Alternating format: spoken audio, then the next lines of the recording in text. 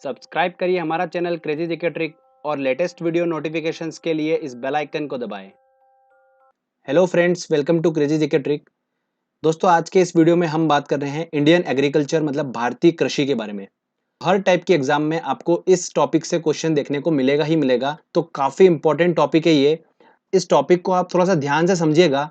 मैंने कोशिश करी है कि मैं पूरा ग्राफिकली आपको ये टॉपिक समझाऊं अच्छे से। मैं इंडिया के मैप के हिसाब से आपको हर चीज क्लियर करूंगा, तो मैं आपको मैप से अच्छे से स्टडी कराऊंगा। आपको बड़ा मजा आएगा पढ़ने में। अगर आप लेक्चर को पूरा ध्यान से देखोगे, समझोगे, तो लास्ट में मैंने एक 30 क्वेश्चन का टेस्ट आपके लिए बनाया है। अगर आपने पूरा लेक्चर अच्छे समझा तो आप वो 30 ही क्वेश्चन अच्छे से सॉल्व कर लेंगे। और वो 30 क्वेश्चन जो दोस्तों हैं वो लास्ट ईयर एग्जाम में जो बार बार रिपीट हो रहे हैं क्वेश्चन, वही मैंने इंक्लूड करे हैं। तो आप लेक्चर को अच्छे से देखिएगा और लास्ट में वो क्वेश्चन आंसर जरूर लगाइएगा। आपको फुल बेनिफिट मिलेगा इस लेक्चर का। और भारतीय कृषि से रिलेटेड जो भी क्वेश्चन एग्जाम में आएगा, कभी भी आएगा, आप आसानी से उसको सॉल्व कर लेंगे। सबसे पहले दोस्तों हम भारतीय कृषि से रिलेटेड एक छोटा सा एक थ्योरी पार्ट है, हम उसको पहले समझ लेते हैं। उसके बाद में हम ग्राफिकली अच्छे से स्टडी करेंगे। चलिए दोस्तों, हम स्टार्ट करते हैं। तो देखिए, भारतीय कृषि की बात करते हैं तो भारत में 48.9% श्रम शक्ति जो है वो कृषि पर आधारित है। और भारत देश की राष्ट्रीय आय में विकास करने के लिए कृषि का विकास होना बहुत जरूरी है। अगला पॉइंट आता है कि भारत की जो नेशनल इनकम है उसमें भारतीय कृषि का कितना योगदान है। लगभग 14% योगदान है भारतीय कृषि का। ओके। प्रारंभ में कृषि के विकास के लिए भारत सरकार की तरफ से दो संस्थाओं की स्थापना की गई। कौन कौन सी? एक आरआरबी और एक नाबार्ड। तो देखिए, आरआरबी का फुल फॉर्म होता है रीजनल रूरल बैंक और नाबार्ड का फुल फॉर्म होता है national bank for agriculture and rural development. Okay. ये दोनों संस्थाएं राष्ट्रीयकृत नहीं है क्योंकि इन दोनों संस्थाओं में 51% शेयर भारत सरकार के नहीं लगे हुए हैं। और इन संस्थाओं का मुख्य उद्देश्य क्या था? भारत के किसानों को ज्यादा से ज्यादा पैसे उपलब्ध कराना और कृषि कार्य करने के लिए प्रोत्साहित करना। तो इसलिए भारत सरकार की तरफ से ये दो संस्थाएं स्थापित की गई थी। ओके। अब दोस्तों मैं आपको बताता हूं कि भारतीय कृषि के विकास के लिए बहुत सारी एक्टिविटी की गई।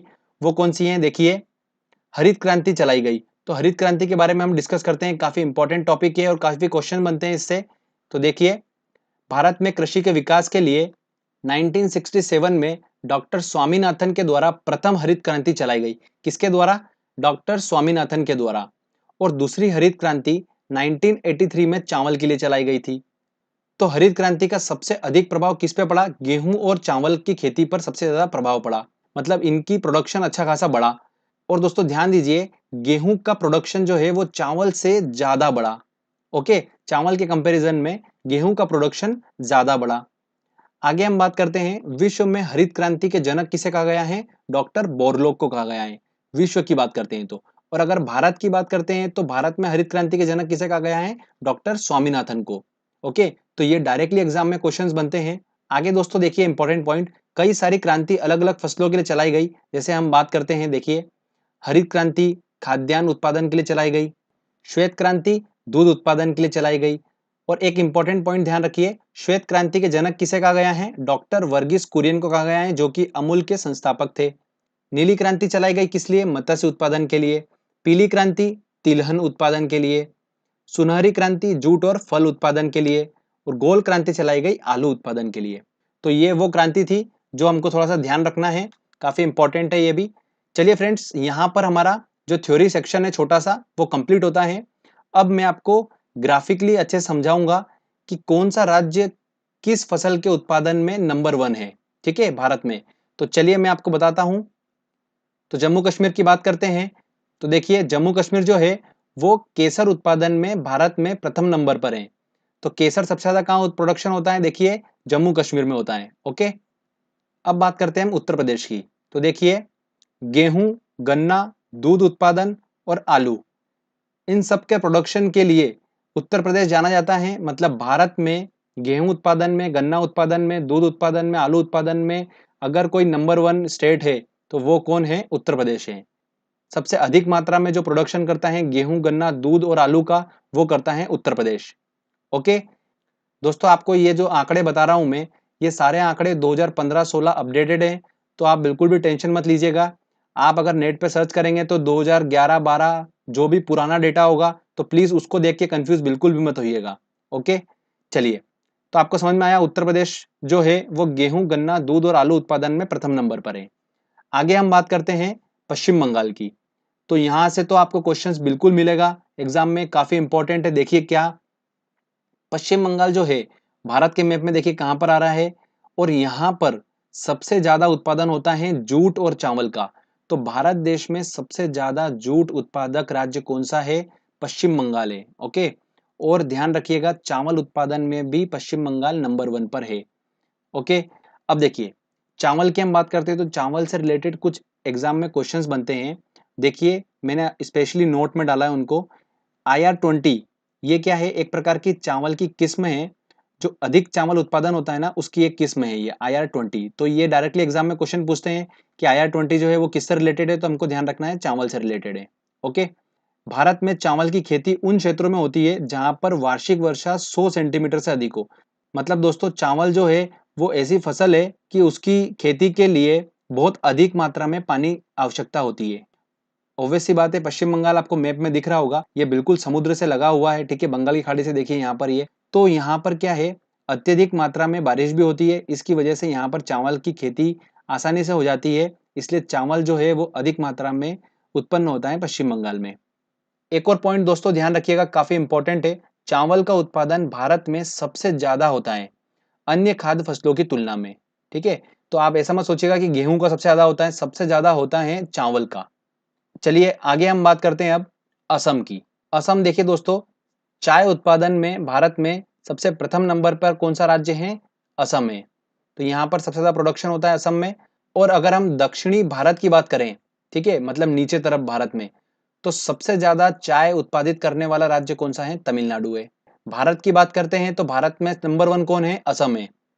पर अगर क्वेश्चन ऐसा पूछ लेते हैं कि दक्षिण में सबसे ज्यादा चाय उत्पादित करने वाला राज्य कौन सा है, तो वो है तमिलनाडु। ओके, चलिए अब दोस्तों हम बात करते हैं मध्य प्रदेश की। देखिए सोयाबीन, दलहन, तिलहन, चना और दालें, भारत में इन फसलों का सबसे ज्यादा प्रोडक्शन अगर कहीं होता है तो वो होता है मध्य प्रदेश में।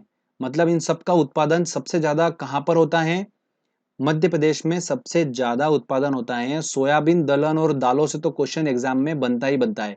ओके, तो इन सब चीजों को आपको बिल्कुल ध्यान रखना है। आगे हम बात करते हैं राजस्थान की। तो राजस्थान जो है वो सरसों उत्पादन में नंबर 1 पर है। भारत में सरसों उत्पादन सबसे ज्यादा कहां पर होता है? राजस्थान में होता है। आगे हम बात करते हैं दोस्तों अब गुजरात की। तो देखिए कपास और मूंगफली, इन दोनों के उत्पादन में गुजरात नंबर 1 पर है। सबसे ज्यादा कपास गुजरात में होता है, मूंगफली भी गुजरात में होती है।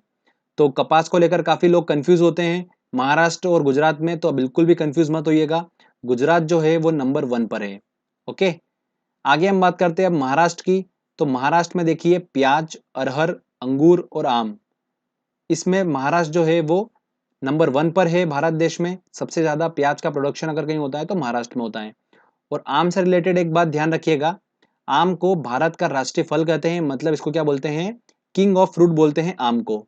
चलिए आगे हम बात करते हैं अब कर्नाटक की।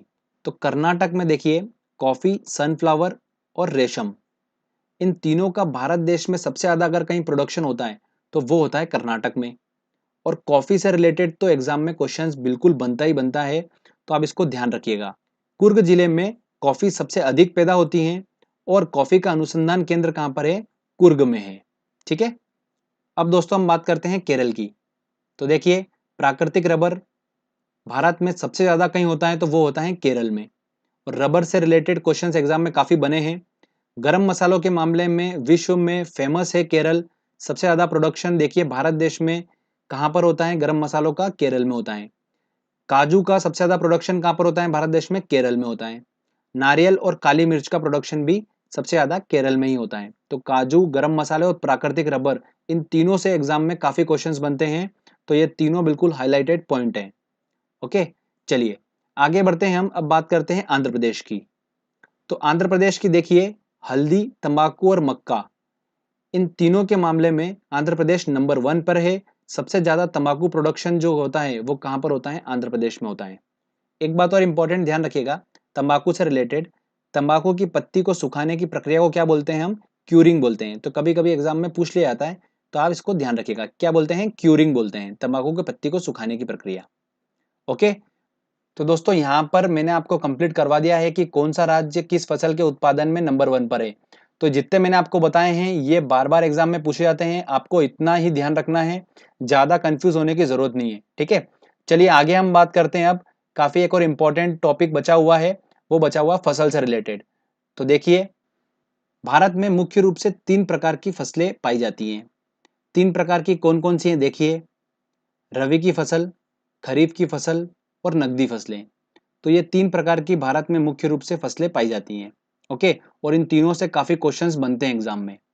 तो एक-एक करके ध्यान से सुनिए सबको। रबी की फसल की बात करते हैं हम। तो देखिए, रबी की फसल कब बोई जाती है? अक्टूबर नवंबर के महीने में बोई जाती है और मार्च अप्रैल के महीने में काट ली जाती है रबी की फसल। तो देखिए, रबी की फसल है कौन-कौन सी? गेहूं, सरसों, मटर और चना। ये सारा मैं आपको याद करवा दूंगा, जस्ट थोड़ा सा अभी देखिए आप। खरीफ की फसल कौन-कौन सी है देखिए, चावल, सोयाबीन, ज्वार, बाजरा, मक्का, गन्ना और कपास। और ये खरीफ की फसल कब बोई जाती हैं? जून जुलाई में बोई जाती हैं और अक्टूबर नवंबर में काट ली जाती हैं। अब देखिए, अब इनको याद कैसे करें? क्वेश्चन आता है एग्जाम में, बार बार हम गलत कर देते हैं। मैं आपको एक तरीका बताता हूँ, एवरग्रीन तरीका है वो, कभी भी नहीं आप गलत करेंगे क्वेश्चन। देखो, रबी की फसल में आगे वर्ड कौन सा आ रहा है? र। खरीफ की फसल में आगे वर्ड कौन सा आ रहा है? ख। अब र पहले आता है कि ख आता है? ऑब्वियस सी बात है, क ख तो ख पहले आता है। अब देखिए, ख अगर पहले आता है तो साल में ख पहले आ रहा है, मतलब खरीफ की फसलें पहले बोई जाएगी। ख पहले आ रहा है मतलब खरीफ की फसलें पहले बोई जाएगी। तो साल में पहले बोई जाती हैं, मतलब जून जुलाई में बोई जाएगी। ओके, दो टाइम है बोने के, फसल को बोने के दो टाइम है, एक जून जुलाई और एक और है अक्टूबर नवंबर। अक्टूबर नवंबर चूंकि साल के एंड में आते हैं और हम बात कर रहे हैं साल में पहले बोने की, तो जून जुलाई ऑब्वियस सी बात है, खरीफ की फसल कब बोई जाएगी? जून जुलाई में बोई जाएगी। और कोई भी फसल अगर बोई जाती है तो उसके 5 से 6 महीने बाद वो फसल काट ली जाती है। तो कब काटेंगे? अक्टूबर नवंबर महीने में काटेंगे। रबी की फसल देखिए, आगे का वर्ड र है और ख और र में र बाद में आता है। तो बाद में आना का मतलब ये है कि वो साल में बाद में बोएंगे, और बाद में बोना मतलब लास्ट में बोना सबसे। तो अक्टूबर नवंबर के महीने में बोई जाती है रबी की फसल, और यहीं से फिर आप 5-6 महीने काउंट कर लीजिएगा, मार्च अप्रैल के महीने में काट ली जाती हैं। तो ये टाइमिंग को लेकर तो आपका कंफ्यूजन हट चुका होगा। अब देखिए, अब रबी की फसल जो है, हमको सिर्फ दो फसल याद रखना है इंपॉर्टेंट, एक है गेहूं और एक सरसों। अगर आपने दो फसल याद रख लिया तो कंफ्यूजन खत्म हो जाएगा।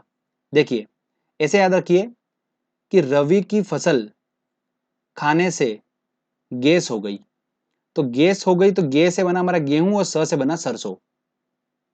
तो ये ट्रिक है काफी इंटरेस्टिंग, कि रबी की फसल खाने से गैस हो गई, बस। तो गे से बना गेहूं और स से बना सरसों। तो गेहूं और सरसों ही हमको याद रखना है। बाकी सारा जो है वो सारा किस में आ गया है? खरीफ में आ गया है। चावल, सोयाबीन, ज्वार, बाजरा, मक्का, गन्ना, कपास, ये सब आ गया है खरीफ की फसल में। तो आई थिंक दोस्तों आपका सारा कंफ्यूजन जो भी था वो खत्म हो चुका होगा। अब हम बात करते हैं नकदी फसलें।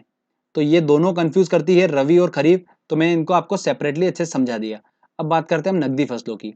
तो देखिए, नकदी फसलों में आते हैं तंबाकू, गरम मसाले, रबड़, ये सब आते हैं नकदी फसलों के अंतर्गत। तो तीनों चीज आपको क्लियर हो गई। तीन प्रकार की फसलें हैं, रबी की फसल, खरीफ की फसल और नकदी फसलें। ओके, और कब कब बोई जाती हैं और कौन कौन सी है, सारा मैं आपको क्लियर कर चुका हूँ। तो फ्रेंड्स, यहाँ पर हमारा ये इंडियन एग्रीकल्चर वाला जो टॉपिक है ये अच्छे से मैंने आपको पूरा समझा दिया है। अब बारी है दोस्तों टेस्ट लगाने की। अगर जिसने ध्यान से लेक्चर सुना होगा वो 30 के 30 क्वेश्चन पूरे बिल्कुल अच्छे से सॉल्व कर लेगा। चलिए फ्रेंड्स, हम टेस्ट लगाते हैं। देखिए दोस्तों, हमारा पहला क्वेश्चन है, निम्नलिखित में से कौन सी नकदी फसल है? तो नकदी की फसल कौन सी है? देखिए, तंबाकू है, तो क्या होगा आंसर? डी आंसर होगा। अगला देखिए, निम्न में से कौन सी खरीफ की फसल नहीं है? तो खरीफ की फसल नहीं है, देखिए कौन सी रबी की फसल होगी, यहाँ पर देखते हैं हम। देखिए, तो रबी की फसल की ट्रिक क्या थी, मैंने आपको बताई थी। अगर आपको ट्रिक से देखना हो तो रबी को गैस हो गई, तो गे से गेहूं और स से सरसों। तो ऑब्वियस सी बात है, रबी की फसल तो सरसों होगी, तो डी आंसर होगा। और पूछ रहा है क्या वो, कि कौन सी खरीफ की फसल नहीं है, तो ऑब्वियस सी बात है सरसों। कपास, मूंगफली, मक्का, ये सब क्या है? खरीफ की फसलें। अगला क्वेश्चन है, निम्नलिखित में से खरीफ की फसलें, तो कौन सी खरीफ की फसलें? देखिए, सरसों, गेहूं, जो, ये सब आती है किसमें? रबी की फसल में चावल जो आता है ये आता है खरीफ की फसल में, तो आंसर क्या होगा? सी आंसर होगा। अगला क्वेश्चन देखिए, भारत में चावल की खेती उन क्षेत्रों में होती है जहां पर वार्षिक वर्षा 100 सेंटीमीटर से अधिक होती है। चावल के लिए पानी अधिक रिक्वायर्ड होता है। ओके, तो 100 सेंटीमीटर से अधिक होती है वहां पर वार्षिक वर्षा। भारत में तंबाकू की खेती के अंतर्गत अधिक क्षेत्र हैं, कहां पर? ऑब्वियस सी बात है, आंध्र प्रदेश में। तंबाकू खेती सबसे ज्यादा कहां पर होती है? आंध्र प्रदेश में होती है, तो सर्वाधिक क्षेत्र कहां पर? आंध्र प्रदेश। भारत का राष्ट्रीय फल है, कौन सा है? आम है, डी आंसर होगा। किंग ऑफ फ्रूट किसे बोलते हैं? आम को बोलते हैं। चलिए नेक्स्ट क्वेश्चन लेते हैं हम। अगर आपने लेक्चर अच्छे से देखा होगा तो आप फटाफट क्वेश्चन सॉल्व कर रहे होंगे। अगला बोल रहा है क्वेश्चन देखिए, निम्न राज्यों में से कौन काजू का प्रमुख उत्पादक है? तो काजू का उत्पादक कौन है? केरल है, तो आंसर क्या होगा इसका? सी आंसर होगा। दक्षिणी पश्चिमी मानसून के तत्काल बाद बोई गई फसल को क्या कहते हैं? तो दक्षिणी पश्चिमी मानसून जो होता है भारत देश में कब इंटर करता है? ये इंटर करता है जून, मई जून के टाइम में। और मई जून के टाइम में दोस्तों कौन सी फसल बोई जाती है? मतलब देखिए पहले बोने की बात कर रहे हैं, ठीक है। और पहले बोने की बात करते हैं तो देखिए र और ख में, ये देखिए कौन पहले आता है? ऑब्वियस सी बात है ख पहले आता है, तो पहले का पहले के साथ मेल कर दो तो खरीफ की फसल पहले बोएंगे। तो देखिए दक्षिणी पश्चिमी मानसून के तत्काल बाद बोई गई फसल को क्या कहते हैं? खरीफ की फसल बोलते हैं, ठीक है। चलिए आगे क्वेश्चन देखिए, IR-20 किससे संबंधित है? तो ये एक चावल की किस्म है, तो बी आंसर होगा इसका, ठीक है। काफी इंपॉर्टेंट है क्वेश्चन ये भी। चलिए नेक्स्ट क्वेश्चन लेते हैं। केरल राज्य विश्व भर में किसके उत्पादन के लिए जाना जाता है? तो गर्म मसालों के लिए केरल जाना जाता है, तो इसका आंसर क्या होगा? सी आंसर होगा। उत्तर प्रदेश की प्रमुख फसलें, उत्तर प्रदेश की प्रमुख फसल कौन सी है? देखिए गेहूं, तो बी आंसर होगा। गलत युग्म को पहचानिए। चाय असम, बिल्कुल सही है ये तो। मूंगफली बिहार, ये गलत है। मूंगफली आ रहा है गुजरात, तो ये आंसर बी होगा इसका, ये वाला गलत है पॉइंट। नारियल केरल, बिल्कुल सही है। गन्ना उत्तर प्रदेश, बिल्कुल सही है, तो बी आंसर इसका होगा। चलिए नेक्स्ट क्वेश्चन ले रहे हैं। निम्नलिखित में से किस राज्य में सोयाबीन की खेती सर्वाधिक होती है? तो सबसे ज्यादा कहां पर होती है सोयाबीन की खेती? मध्य प्रदेश में होती है। दालें, सोयाबीन, दलहन, ये सब कहां पर होती है? मध्य प्रदेश में होती है। केसर सबसे ज्यादा उत्पन्न होता है कहां पर? कश्मीर में, तो इसका आंसर क्या होगा? सी आंसर होगा। भारत में सर्वाधिक जूट उत्पादन करने वाला राज्य, ये काफी इंपॉर्टेंट है। देखिए दोस्तों, वेरी इंपॉर्टेंट क्वेश्चन है ये वाला, एग्जाम में भी काफी पूछा गया है। तो भारत में सर्वाधिक जूट उत्पादन करने वाला राज्य कौन सा है? पश्चिम बंगाल है, तो इसका आंसर क्या होगा? बी आंसर होगा। चलिए नेक्स्ट क्वेश्चन लेते हैं। भारत में मसालों का सर्वाधिक उत्पादन करने वाला राज्य है, तो मसालों का सर्वाधिक उत्पादन करने वाला राज्य कौन सा है? केरल है, तो बी आंसर होगा। दक्षिण भारत में सर्वाधिक चाय उत्पादन करने वाला राज्य है, तो दक्षिण भारत की बात हो रही है। देखिए भारत में सर्वाधिक नहीं पूछा, दक्षिण भारत ने पूछा है, तो स्पेशली दक्षिण भारत में कर्नाटक, केरल, आंध्र प्रदेश, तमिलनाडु, तो क्या है? तमिलनाडु, तो डी आंसर होगा। निम्न में से किस जिले में कॉफी का उत्पादन सबसे अधिक होता है? तो कुर्ग में होता है। इसका अनुसंधान संस्थान भी कहां पर है? कुर्ग में ही है, तो आंसर क्या होगा? ए आंसर होगा। नेक्स्ट क्वेश्चन लेते हैं। निम्न में से कौन सा शहर अंगूरों की पैदावार के लिए प्रसिद्ध है? तो नासिक, ए आंसर होगा। खरीफ की फसल काटी जाती है, अब देखिए खरीफ की फसल कब काटी जाती है? तो पहले तो हम ये निकाल लेते हैं खरीफ की फसल बोते कब है। तो चूंकि ख है और ख र से पहले आता है, मतलब पहले बोते हैं। मतलब कब बोएंगे इसको? जून जुलाई के महीने में बोते हैं, तो काटेंगे कब? अक्टूबर नवंबर के महीने में, तो देखिए ऑप्शन में बी आंसर होगा इसका, ठीक है ना। अगला क्वेश्चन है, भारत में किस खाद्य फसल का उत्पादन सबसे ज्यादा होता है? तो कौन सी खाद्य फसल है वो है चावल, तो बी आंसर होगा। चलिए नेक्स्ट क्वेश्चन लेते हैं। अगला क्वेश्चन है, निम्न में से कौन सा राज्य मूंगफली उत्पादन में सबसे आगे है? तो मूंगफली उत्पादन में सबसे आगे कौन सा है? गुजरात है, तो आंसर क्या होगा? बी होगा, ठीक है। भारत में सबसे अधिक कॉफी उत्पादन करने वाला राज्य कौन सा है? तो कॉफी सबसे ज्यादा कहां पर उत्पादन होता है? कर्नाटक में होता है, तो आंसर क्या लगेगा? C answer. नेक्स्ट क्वेश्चन है, श्वेत क्रांति का संबंध है किससे? श्वेत क्रांति का संबंध दूध उत्पादन से हैं, तो बी आंसर होगा इसका। देखिए नेक्स्ट क्वेश्चन, भारत में दूध उत्पादन में अग्रणीय राज्य हैं, तो कौन सा है? उत्तर प्रदेश है, तो बी आंसर होगा। नेक्स्ट क्वेश्चन देखिए, भारत में प्राकृतिक रबर उत्पादन सबसे अधिक किस राज्य में होता है? तो किस राज्य में होता है? देखिए प्राकृतिक रबर केरल में होता है, तो इसका आंसर क्या होगा? बी आंसर होगा। भारत का कॉफी अनुसंधान संस्थान स्थित है कहाँ पर? कुर्ग में स्थित है, तो डी आंसर होगा।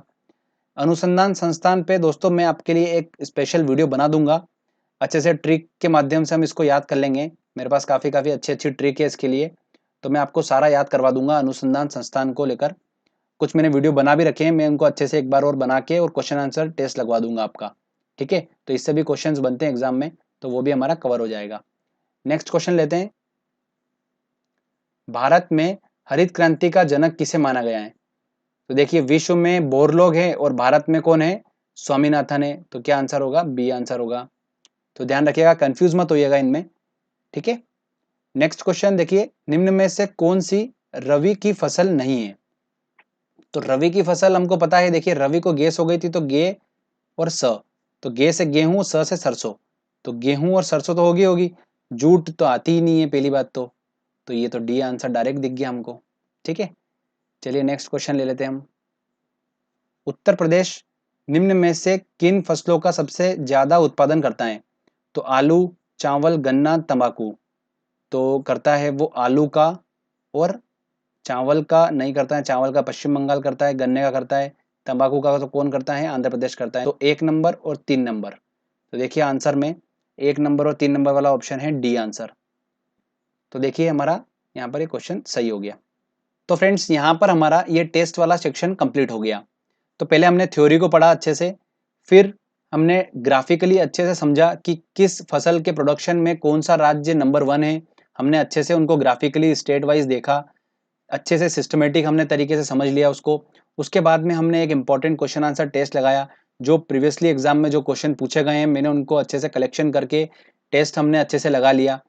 तो आई होप आपने भी अच्छे से टेस्ट लगाया होगा, सारे क्वेश्चन अच्छे से सॉल्व कर लिए होंगे।